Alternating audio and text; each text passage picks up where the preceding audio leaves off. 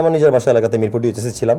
যে পরিমাণ আপনি স্ট্যাটাস দিচ্ছেন আর যে ভয়ঙ্কর ভয়ঙ্কর স্ট্যাটাস দিচ্ছেন, সাধারণত যারা আসলে সেলিব্রিটি বা পরিচিত মুখ তাদেরকে তো আসলে ধরে ধরে ডিবি অফিসে ডাকা হচ্ছিল, বিভিন্ন রকম হ্যারাস করা হচ্ছিল। আপনাকে এরকম কোনো কিছু বলা হয়নি? না, আমাকে কোনো এক কারণে 24 সালে ডাকা হয় নাই, আমি জানি না, ডাক পাওয়ার কথা ছিল কিন্তু ডাকে নাই আর কি। মানে আমার প্যারেন্টসরও কনসার্ন ছিল এটা নিয়ে যে যেন এবার ডাকলে আবার প্যারা হবে, হ্যারাসমেন্টে যাব, আমার ভালো লাগে না জুনিয়র এই পুলিশদের পিছনে দৌড়াইতে, সেটা আমার আব্বার বক্তব্য। সো ওইটা একটা ঝামেলা ছিল। স্ট্যাটাস দিতে গেলে রিমুভ করাইছে আমাকে, দুই একটা লাইন ওইটাও করাইছে আমার আব্বা, যে দরকার নেই। এমন না যে সে ভীতু, তার মনে কথা হচ্ছে যে লোকজন তার বাঁচাতে যাবে না, সাফার তো তুমি আর আমি করবো, মানে আমরাই তো করবো, আমাদেরই তো ওয়েটিং রুমে বসে থাকতে হবে। পরে আমি তাকে বললাম যে ইনশাল্লাহ এবার লোকজন দেওয়াবে, মানে আমাকে নিয়ে যেতে পারবে না, সমস্যা নেই, ওই প্যারাটা হবে না। তবে কোথাও লুকানো লাগে নাই, নিজের বাসাতেই ছিলাম, কারফিউ টাইমে নিজের বাসাতে ছিলাম, ইন্টারনেট বিহীন জীবনও নিজের বাসাতেই ছিলাম। আর ডিএইচএসে যখন রাজপথে নামছি শুধু একটাই জায়গায়, সত্যি বলতে ডিএইচএসে, কারণ আমাদের এলাকাতে মাইকিং করা হয়েছিল যেটি ক্যান্টনমেন্টের পার্শ্ববর্তী এরিয়া, দয়া করে এখানে কেউ মিছিলে আসবেন না। তো ওইটার ডাকে আমরা খুবই ভালোভাবে সাড়া দিয়ে ওটার বিপরীতে আমরা নেমে গেছি আর কি। আমাদের যতজন ইউটিউবার বা যতজন টিভি অ্যাক্টররা ডিএইচএস থাকে, আমাদের আর্মি কিড যারা, সবাই কারোর সাথে যোগাযোগ করা ছাড়াই মাঠে ছিল। মানে আমার সৌভিকদের সাথে রাস্তায় দেখা হয়েছে, তামিমের সাথে রাস্তায় দেখা হয়েছে, আমরা মানে ফেসবুকে চ্যাট করে নিচে নামি নাই।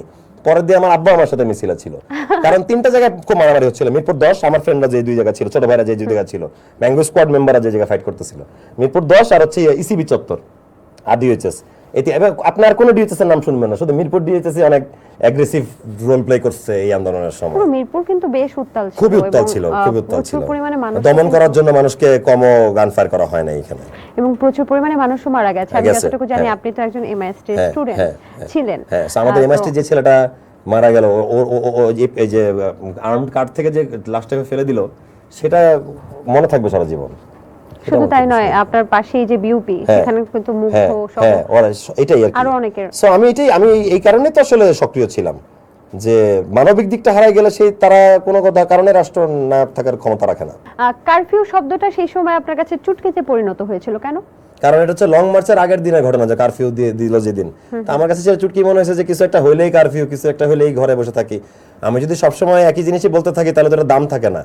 এটা বলার একটা বছরে একবার শোনারও কথাও না কারফিউ ওয়ার্ডটা, কিন্তু তারা তো তখন মানে 7 দিন কারফিউ, মন চাইলে আরো 3 দিন, আবার 4 দিন, মানে উকি দেওয়ার মতো, উকি দিতে মন যাচ্ছে, দেয়াল থেকে উকি দিতেছে।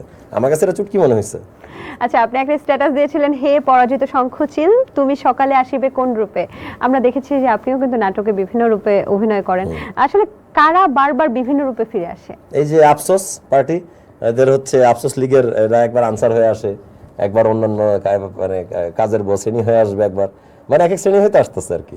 ফ্যামিলিতেও তো আপনি বেশ একটা যুদ্ধ করেছেন আপনার বাবা মার সাথে। তো আপনি যে বের হয়েছেন বাইরে বা স্ট্যাটাস দিয়েছিলেন, এই ক্ষেত্রে আপনার ফ্যামিলির প্রতিক্রিয়া কি ছিল আসলে? আমার ফ্যামিলির প্রতিক্রিয়া হচ্ছে তারা আমার বিপক্ষে কিছু বলে না। তারা জানে আমি নীতিগত দিক থেকে ছোটবেলা থেকে ঠিকঠাক, আমার কোনো নীতির দিক থেকে কেউ আপনি আমাকে বলতে পারবেন না। নীতিগত দিক থেকে চিন্তা করলে আমি ভেরি প্রফেশনাল গাই, খুবই প্রপার ব্যবহার করি সবার সাথে, কোনো ধরনের এগুলো বিচ্যুতি নাই। আমার ঘরে একজন রিটায়ার্ড আর্মি অফিসার, একজন সার্ভিং আর্মি অফিসার, আমার বোনের জামাই মেজর, সেও বসে ভাত খেতেছে, আব্বা ভাত খেতেছে, আমিও ভাত খেতেছি, আমরা তো আলাপ করি। আমি তো আমার প্রতিবাদী ব্যাপারটা বলছি, তারা জানাইছে যে তারা একমত আমার সাথে। তারা চাকরি করছেন এবার করে দেখে, রানিং করতেছে দেখে তারা এটা নিয়ে কথা বলতে না পারো, কিন্তু আমাকে বলতে বাধা দেয় নাই কেউ, বলে নাই যে এটা বলো না বা এটা করলে আমাদের ক্ষতি হবে, এরকম কিছু করে নাই। ইনফ্লুয়েন্সারের কাজ কি? টিকটকে নাচা না, ইনফ্লুয়েন্সারের কাজ হচ্ছে ইনফ্লুয়েন্স করা, সোসাইটিতে যখন কিছু প্রয়োজন হবে, সোশ্যাল কোনটা পজিটিভ দিক সেটাতে ইনফ্লুয়েন্স করাই আমাদের দায়িত্ব আসলে। আচ্ছা, আমি গান নাচ করলাম, ওইটা দেখে আসলে কি ইনফ্লুয়েন্স আমি জানি না। আচ্ছা, বন্যার ক্ষেত্রে আপনি একটা স্ট্যাটাস দিয়েছিলেন যে যারা আসলে বন্যার ক্ষেত্রে ছবি তোলার জন্য বা ভিডিও করার জন্য বা ইনফ্লুয়েন্সাররা যারা যাচ্ছে তাদেরকে আপনি ভার্চুয়াল, আমি বলছি যে টুট দেওয়ার জন্য ভার্চুয়াল বক চয় বলছি আর কি। বক চয় একটা শাকের নাম, চাইনিজ শাক। ওই যে ব্যাচেলর পয়েন্টে মার্জুক ভাই বলতো আমি বক চয় খামো, আমি তোকে ভার্চুয়াল বক চয় বলছিলাম আর কি, মানে ভার্চুয়াল চাইনিজ শাক। আচ্ছা, কেন? কারণ মাথায় বুদ্ধি থাকতে হবে তো।